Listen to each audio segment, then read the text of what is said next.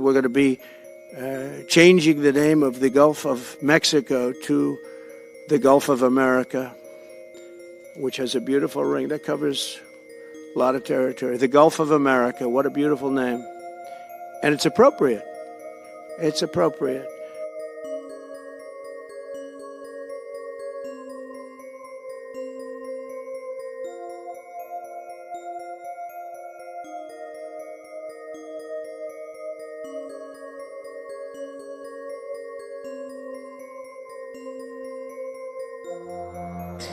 The leader of the Conservative Party in Canada said, under no circumstances will it ever be the 51st state. Maybe he won't win, but maybe he will.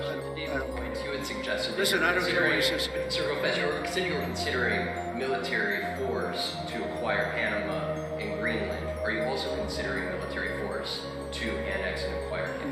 No, economic force.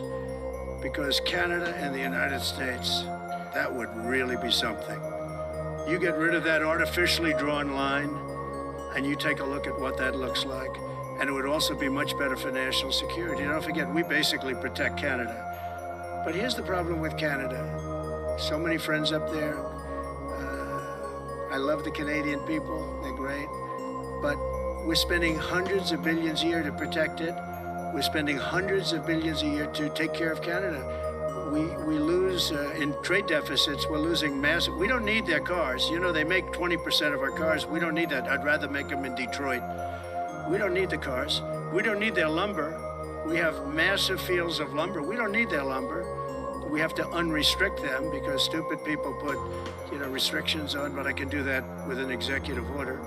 We don't need anything they have. We don't need their dairy products. We have more than they have. We don't need anything. So why are we losing $200 billion a year and more to protect Canada? And I said that to, as I called him, Governor Trudeau. I said, listen, what would happen if we didn't subsidize you, if we didn't, because we give them a lot of money. We help them. As an example, we're buying icebreakers, and Canada wants to join us in the buying of icebreakers. I said, we don't really want to have a partner in the buying of icebreakers. We don't need a partner. But no right. Nope, no right.